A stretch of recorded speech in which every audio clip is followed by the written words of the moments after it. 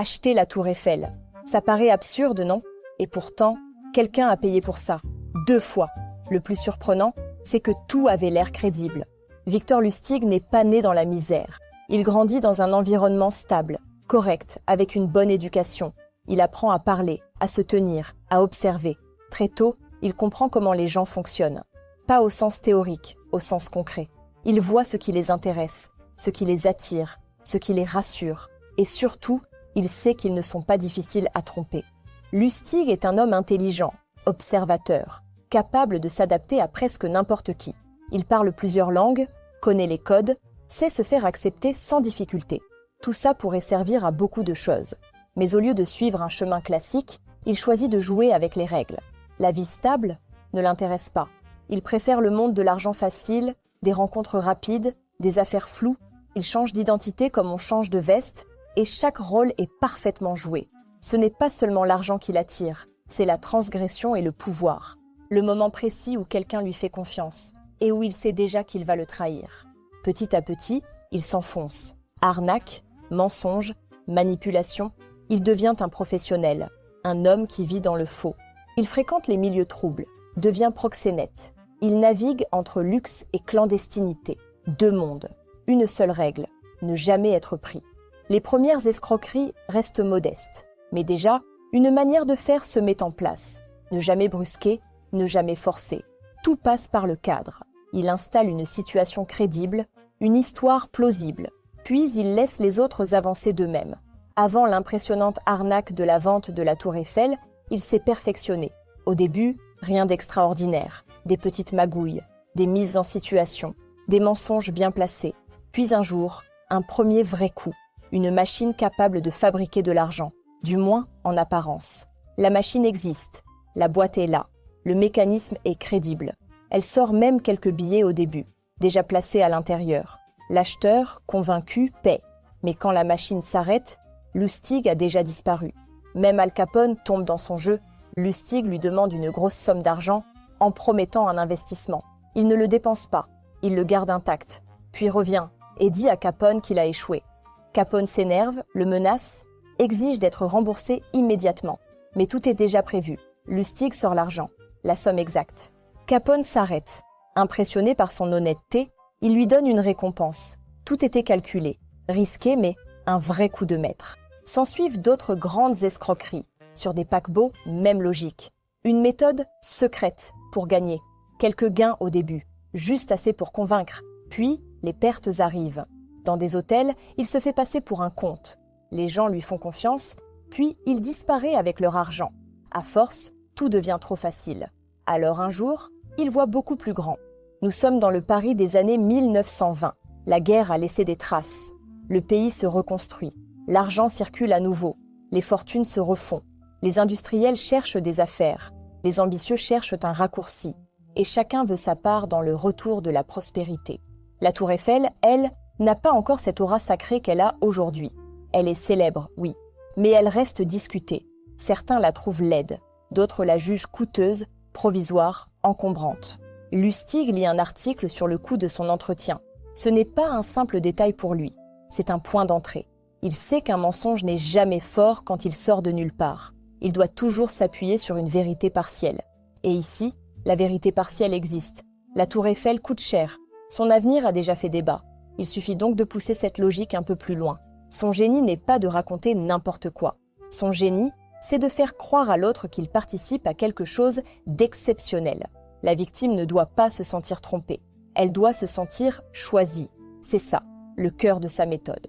Il choisit des ferrailleurs, des hommes du métier, des industriels capables d'imaginer le prix du métal, la logistique d'un démontage, les bénéfices d'une revente, des hommes habitués au marché, capables aussi de comprendre qu'une affaire d'État discrète peut exister. Autrement dit, il choisit des hommes dont la compétence va rendre le mensonge crédible. Il leur envoie des invitations officielles. Le but est simple. Avant même de le voir, ils doivent déjà entrer dans son décor mental. Un homme convoqué officiellement dans un grand hôtel ne pense pas immédiatement à l'arnaque. Il pense à une affaire importante. Quand il entre, tout est prêt. Le costume est impeccable. La posture est calme. Il n'est ni trop souriant, ni trop pressé. Il joue l'homme qui a autre chose à faire que convaincre. Lustig se présente comme un haut fonctionnaire lié à l'administration.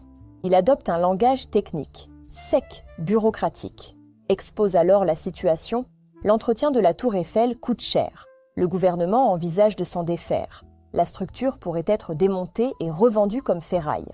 Mais l'opération, politiquement sensible, doit rester strictement confidentielle. Tout est là. Il vient de créer chez ses interlocuteurs 3 réflexes en même temps. La surprise, l'appât du gain et le sentiment d'entrer dans un cercle fermé. Le secret est l'une des armes majeures de Lustig. Dès qu'un homme pense participer à quelque chose de confidentiel, il ne cherche plus vraiment à vérifier. Il ne veut pas sortir du cercle. Alors Lustig les emmène voir la tour Eiffel. Ils regardent la structure, ils imaginent le métal, les tonnes, la valeur, les profits. Pendant que les autres regardent la tour Eiffel, Lustig les regarde. Eux, qui parlent trop, qui cherche à impressionner, qui se tait mais calcule vite, qui a besoin d'être reconnu, qui veut absolument réussir un grand coup. Il ne cherche pas le plus riche, il cherche le plus vulnérable à la flatterie et à la promesse. Il repère finalement sa cible, un homme ambitieux, pas assez puissant pour être serein, pas assez expérimenté pour être froid, un homme qui veut monter, qui veut prouver quelque chose, qui veut être celui qui a su saisir l'affaire que les autres n'ont pas osé prendre. C'est ce type de fragilité que Lustig adore. L'ambition blessée, l'orgueil nerveux, la faim sociale. Une fois la cible choisie, il l'isole et demande un échange plus discret, plus personnel. À cet instant, la victime change de statut. Elle ne fait plus partie du groupe. Elle croit accéder au niveau supérieur. Et c'est exactement ce que Lustig veut lui faire croire. Il ne réclame pas tout de suite un pot de vin. Ce serait trop grossier. Il insinue d'abord que, dans ce type d'opération, la décision dépend aussi de certaines souplesses, de certaines marques de compréhension, de certaines attentions. Il ne dit presque rien, mais il dit assez. La victime comprend. Et ce qui est terrible, c'est qu'à partir de là, elle devient complice du mensonge. Car si elle accepte cette logique de corruption, elle n'est plus seulement acheteuse. Elle participe déjà à quelque chose qu'elle n'osera plus raconter facilement. C'est un geste de génie car il sert à enfermer la victime. L'homme paie rapidement. Il paie pour le marché, pour la faveur et pour le privilège d'être celui qui raflera la mise. À ce moment précis, Lustig a gagné. Une fois l'argent en main, il quitte Paris proprement, sans agitation. Et alors se produit quelque chose d'encore plus incroyable. La victime ne parle pas, ou du moins pas tout de suite. Pourquoi ? Parce qu'un homme qui croit avoir corrompu un haut fonctionnaire pour acheter la tour Eiffel ne va pas courir à la police au moindre doute. Il va d'abord se taire, par peur du ridicule, mais aussi par peur de sa propre compromission. La honte devient le dernier complice de Lustig. Ce silence lui donne une idée, recommencer. Même dispositif, même logique. Et ça fonctionne, encore. Mais même les meilleurs finissent par rencontrer une limite. Lustig a déjà été arrêté plus de 40 fois. Et à chaque fois, il s'en est sorti. Mais cette fois, c'est différent. Il est rattrapé aux États-Unis. Pas pour la vente de la tour Eiffel, pour d'autres affaires, notamment liées à la fausse monnaie. Le filet se resserre pour de bon. L'homme aux multiples identités ne peut plus glisser d'un rôle à l'autre aussi librement. Il finit en prison. Et avec lui, s'effondre peu à peu ce théâtre permanent qu'il avait bâti toute sa vie. Au fond, que voit-on chez lui ? Une intelligence réelle mais dévoyée, avec une attirance constante pour les vies interdites, les marges, les risques, les doubles fonds. Certains tempéraments ne supportent pas la construction lente. Ils veulent l'intensité, le raccourci, l'éclat immédiat. Il prend aussi plaisir à instrumentaliser les autres dans la froide jouissance de celui qui voit à travers les désirs, les faiblesses, les vanités des autres. Une confiance en soi nourrie par le succès, jusqu'à l'ivresse. On pourrait réduire Victor Lustig à un escroc brillant. Ce serait vrai, mais insuffisant. Il incarne une figure humaine plus profonde, celle de l'intelligence sans boussole, de l'audace sans frein, du charme au service du vice et de la prédation. Il fascine parce qu'il ne force pas les portes. Il obtient qu'on les lui ouvre. Et ses victimes, elles aussi, nous apprennent quelque chose. Elles ne sont ni folles ni idiotes, mais ambitieuses, flattées, assez impatientes pour confondre privilège et piège. Elles montrent que l'être humain ne tombe pas seulement à cause de sa faiblesse. Il tombe souvent à cause de ce qu'il croit être sa force, son flair, son ambition, sa rapidité de jugement, sa certitude de voir avant les autres. Lustig n'invente pas leurs désirs, il les exploite. Son histoire est celle d'un homme qui a compris les autres et qui a choisi d'en tirer profit. Si tu veux d'autres histoires comme celle-ci, abonne-toi pour soutenir la chaîne.